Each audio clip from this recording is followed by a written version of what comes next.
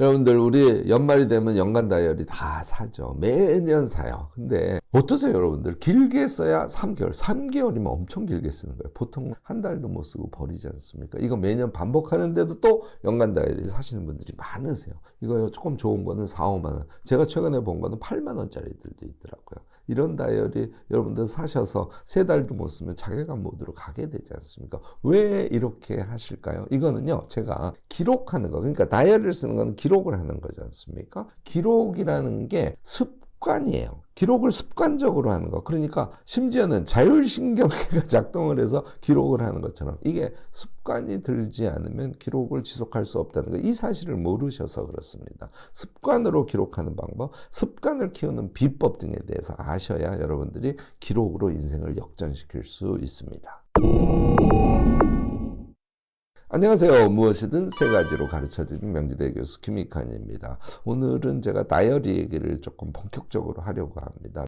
첫 번째 질문은 연간 다이어리를 써서는 안 된 이유에 대해서 좀 정확하게 얘기해 주세요 하는 질문인데요. 이거는요, 양이 적기 때문에 저는 안 된다는 거예요. 자, 365일이니까 하루에 한쪽 쓰게 돼 있어도 365쪽이니까 엄청 두꺼운 다이어리죠. 그러니까 연간 다이어리를 쓸 때는 우리에게 하루에 쓸 수 있는 최대량이 한쪽이라는 거예요. 이건 양이 너무 적습니다. 이 정도 양을 가지고 어떻게 기록하는 것을 습관에 붙일 수 있겠어요? 제가 뒤에 말씀드립니다만 저는 적어도 하루에 6쪽, 많이 쓸 때는 10쪽 정도를 기록을 써제끼기 시작하면 그러면 한 3달만 하면 습관이 몸에 착 붙어요. 그러면 기록을 삶의 무기로 삼을 수 있는 거죠. 그래서 연말에 여러분들이 사실 것은 연간 다이어리가 아니라 월간 다이어리야. 월간 다이어리는 한 240쪽 정도 된다고 치면 여러분들이 하루에 8쪽에서 10쪽 정도를 쓸 수 있다는 걸 뜻하지 않습니까? 이런 걸 과감하게 선택하셔서 3달만 쓰시기를 권합니다. 여러분들이 실제로 연간 다이어리를 써서 실효를 느끼지 못하는 건 가장 중요한 게 이 양 때문이에요. 따라서 양이 적은 것은 선택하면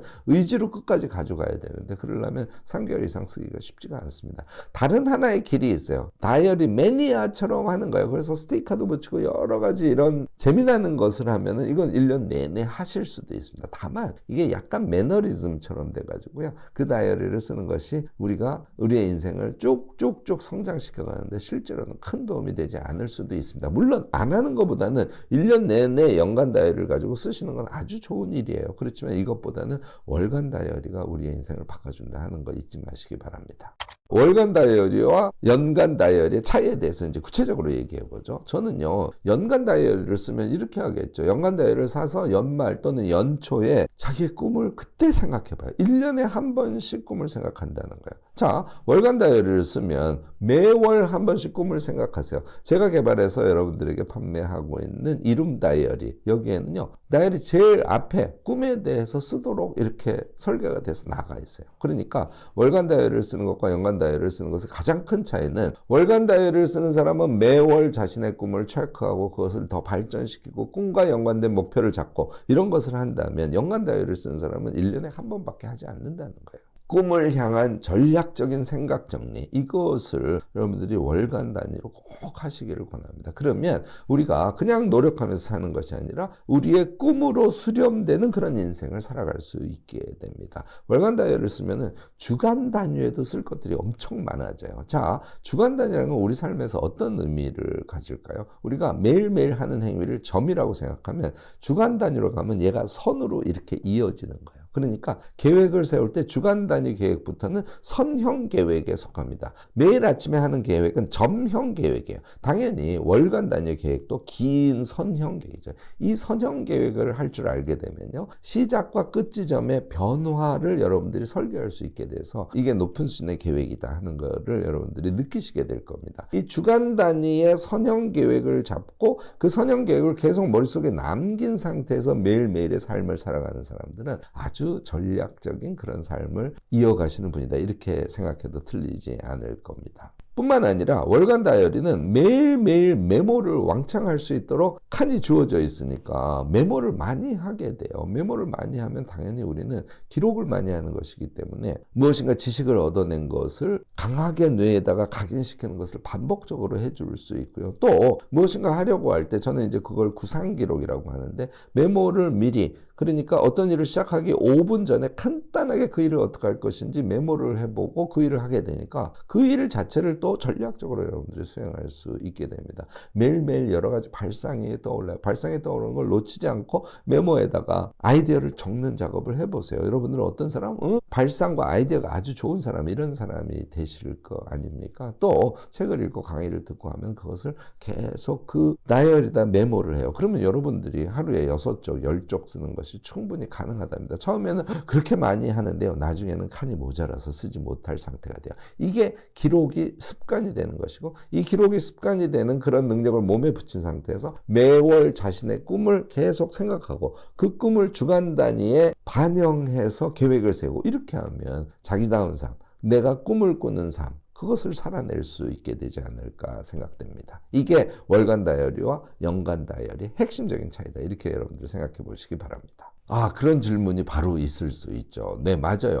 꿈이 뭔지 모르는데 어떻게 매월 꿈에 대해서 쓰라는 말씀입니까? 이런 질문이 있을 수 있습니다. 꿈이 없는 분들은 우선 대충 쓰세요 하는 게 우선 저의 답입니다. 자, 꿈이 없을 때는 제가 자주 얘기합니다만 꼭 버킷리스트를 생각해 보시기 바라요. 그리고 어릴 적에 정말 내가 좋아했던 것이 무엇인지 이것을 자꾸 생각을 하면서, 그러면 내가 원하는 방향이 무엇인지에 대해서 어렴풋하게 하는 생각이 나거든요. 그러면 꿈을 우선 대충 정하시라는 거예요. 그리고 그것을 월간 다이어리에 꿈 쓰는 칸에다가 우선은 임시적으로 써놓으세요. 이것만 해도요, 여러분들이 꿈에 점점 가까이 갈 수 있습니다. 왜냐하면 얘를, 우리가 꿈을 생각하는 거는 1년에 한 번 하는 거라고 생각하면 이거를 해도 미완성이기 때문에 별 의미가 없죠. 그런데 이걸 매월 한다고 생각해 보세요. 첫 달은 조금 완성이 안 됐다가, 두 번째 달에는 조금 더 구체화됐다가, 세 번째 달에는 전혀 다른 어떤 꿈을 또 생각했다가, 이런 것이 쭉 이어질 거지 않습니까? 이런 거 제가 선형이라는 용어를 잘 쓰지 않습니까? 이게 선형으로 쭉 이어지면 1년에서 꿈이 아주 구체화되고 꿈이 확정될 가능성이 굉장히 높아요.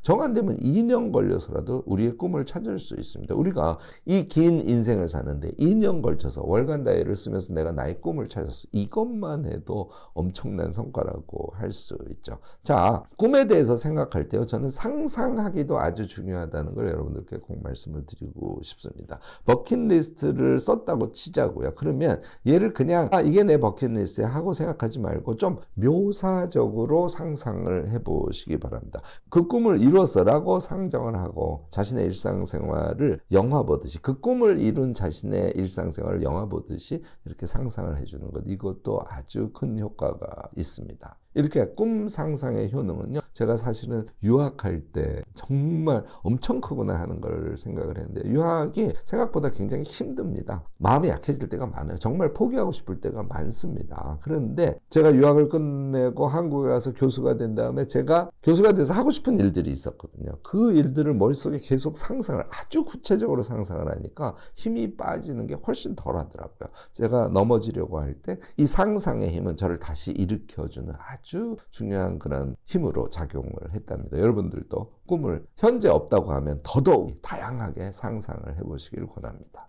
네, 이제 각각의 단위의 의미가 어떤 것인지 한번 좀 더 구체적으로 생각해 볼 필요가 있죠. 월간이라는 단위는요, 우리가 꿈을 상상하는 단위라고 앞에도 제가 말씀을 드렸습니다. 꿈과 월간의 과제를 연결지어서 생각할 수 있는 핵심 단위예요. 그러니까 주간 단위 때는 월 단위로 이미 꿈을 한번 생각했으니까 그것을 주간 단위 계획과 연결만 시키면 돼요. 그런데 월에 한 번은 꿈을 구체적으로 생각하시라는 거예요. 그래서 꿈과 관련된 메모를 많이 하시고 그걸 토대로 해서 과제 설정을 하라는 것이죠. 근데 물론 우리의 일상이 꿈과 관련된 거로만 이루어지지는 않죠. 다른 내가 할 수밖에 없는 일 같은 것들로 과제도 설정을 하는데, 꿈을 계속 생각하면 월간 단위로는 내 꿈을 이루기 위한 과제를 추가적으로 넣을 수 있게 되는 겁니다. 또 하나, 여러분들이 월간 단위로 계획을 할 때는 영역별로 생각하시는 게 엄청 중요해요. 이렇게 해보시기 바랍니다. 뭐 예를 들자면 내가 일의 영역이 2가지가 있어. 또 가족을 포함한 관계의 영역이 하나 있고, 나의 성장의 영역이 있고 나의 뭐 놀기, 쉼 이런 제가 이제 향유라고 치는데 이런 영역 5개 영역이 있다고 치면은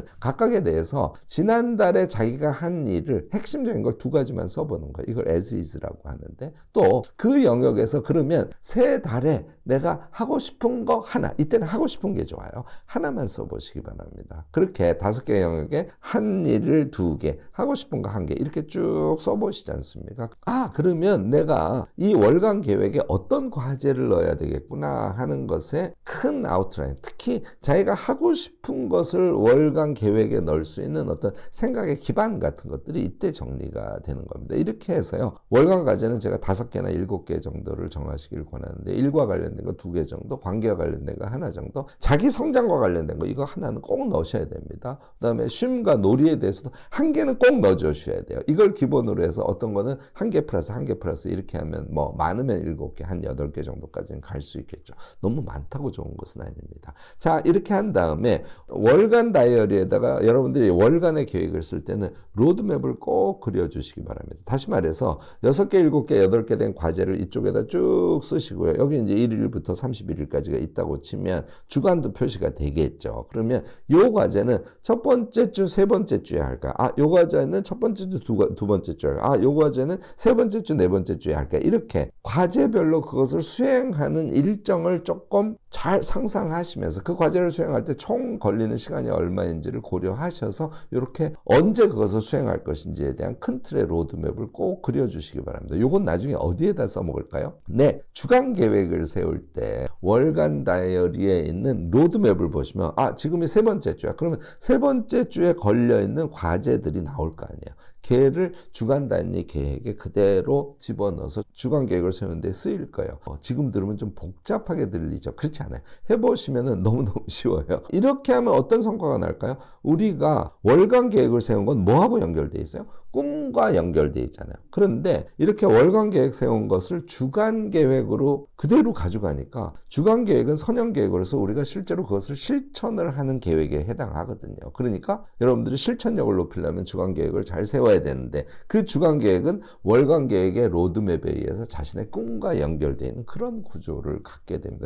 자, 주간 단위에 대해서도 그 의미가 무엇인지 생각해보고 싶으시지 않습니까? 하루가 점형의 행위면 이것을 선형으로 이어주는 가장 적절한 단위가 저는 주간이라고 생각해요. 왜냐하면 주간의 목표를 설정한 것이라는 주간의 계획을 세운 것은 머릿속에서 떠나지 않고 일주일 내내 머릿속에 담아줄 수 있기 때문에 그래요. 이 주간의 선형 계획을 세운다는 것은 프로젝트처럼 행위를 하고 그 프로젝트로 행위를 하는 자신을 관리할 수 있는 그런 단위로서 역할을 하게 된다는 것이죠. 주간은 그런 의미를 가져요. 우리가 하루하루를 성실하게 사는 것이 아니라 주간 단위의 구체적인 계획 속에서 하루를 위치 짓고 성실하게 사는 것. 이것이 전략적인 사람이 꼭 하셔야 될 일이라고 저는 생각합니다. 전략적 일상을 살아가는 사람은요, 주간 단위를 실행 전략의 가장 핵심 단위로 본다는 것. 여러분들 오늘 깨달으셨으면 좋겠습니다. 아까 말씀을 드렸듯이 월간 로드맵을 보고 주간 계획의 핵심 과제를 세팅하고 거기에다가 그 주에 또 자기가 추가적으로 하고 싶은 일이 있거든요.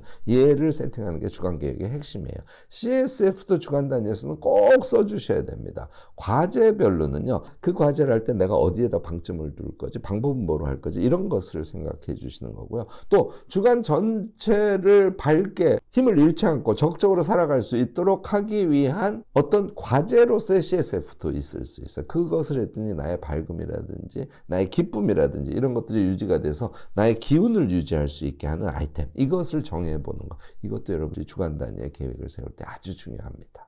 하루 단위는 다음과 같이 관리하시길 바랍니다. 여러분들이 하루 단위를 시간으로 나눠서 관리하시는 분이 계신데 이거는 저는 개인적으로 반대입니다. 오전, 오후, 저녁으로 크게 세 덩어리로 나누어서 여러분들이 계획도 짜시고 이런 걸 이제 조타 한다 그래요. 배의 방향타를 조정하는 걸 우리가 조타라고 하지 않습니까? 그래서 계획은 오전, 오후, 저녁으로 크게 나눠서 시간은 정하지 말고 하시라는 것이죠. 그 시간을 정하지 않는 것은 오전에 이거 하고 오후에 이거 하고 저녁에 이거 하고 정도 정도로만 좋다의 정도의 수준으로만 계획을 세워두면 나머지는 자신의 의지에 의해서 컨트롤 가능하다는 얘기죠. 또 하나 저는 일상 기록을 꼭 써보시기를 권합니다. 이 일상 기록을 쓰면 생각력을 키우는데 최고라는 말씀을 제가 다른 영상을 통해서 자주 말씀을 드렸고요. 이 일상 기록을 쓰는 것이 또 하나 어떤 의미를 있냐면 일상 기록은 뭘 하면은 앉아서 시간 쓰고 한 줄 쓰고 하는 거지 않습니까? 이게 우리의 기록 습관을 키워주는 데는 최고입니다. 이렇게 일상 기록을 쓰다 보면 메모 부분도 자주 쓰게 돼서 더 많은 양의 기록을 여러분들이 하시면서 살 수 있어요.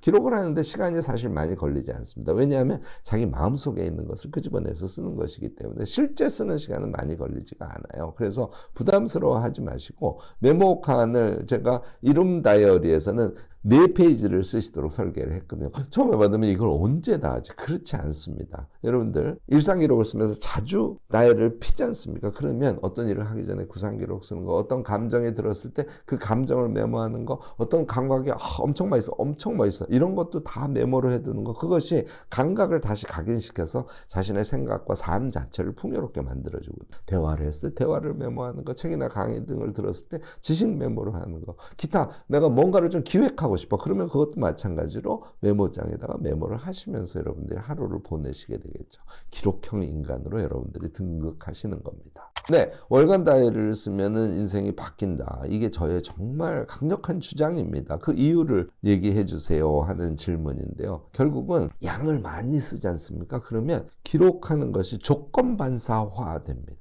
그러니까 기록이 습관이 된다는 것이죠. 이렇게 하시면 당연히 여러분들이 앞에 제가 쭉 말씀드렸듯이 기록형 인간은 전략형 인간이 되는 것이거든요. 그거는 계획 기록 얘기를 쭉 하면서 알아들으셨을 거고, 뿐만 아니라 일을 할 때마다 구상 기록을 먼저 쓰고 하면 어떻게 여러분들이 전략형 인간이 안 될 수 있겠어요. 거기에다가요, 요약 메모의 습관이 완전히 붙어버리지 않습니까? 무엇을 해도 몰입을 하게 돼요. 그러니까 몰입형 인간이 될 수 있다는 것이죠. 이 몰입형 인간이라는 거는요, 그렇게 정신을 쫑긋 세우는 것뿐만 아니라 우리가 계획을 세우면서 그것의 목적이 뭐지 이런 것들을 자주 생각하고 내 자신을 들여다보기 때문에 무엇인가를 할 때 그것의 목적과 나를 일치시키는 상태를 만들 수 있어요. 이게 플로우로서의 몰입의 가장 중요한 요소입니다. 그래서 여러분들은 기록을 하게 되면 몰입형 인간이 될 수 있어요. 또 메모나 기록을 통해서 여러 가지 지식들이 막 차요. 그러면 제가 양질전화라 그러죠. 걔가 물이 넘듯이 넘치게 됩니다. 이게 아이디어거든요. 당연히 아이디어형 인간이 여러분들이 될 수 있습니다. 여러분들 기록을 통해서 몰입하고 아이디어가 막 분출하고 그다음에 모든 일을 할 때 전략적이야. 어떻게 인생이 안 바뀔 수 있겠어요? 오늘 제 얘기 듣고요. 여러분들 기록형 인간 다시 한번 결심하셔서 월간 다이어리를 연말에 사서 쓰시기 시작하고요. 그것에 의해서 자신의 인생을 다시 써가시기 바랍니다. 오늘 제 얘기가 도움이 되셨다면 좋아요, 구독, 알림 설정까지 꼭 부탁드리겠습니다.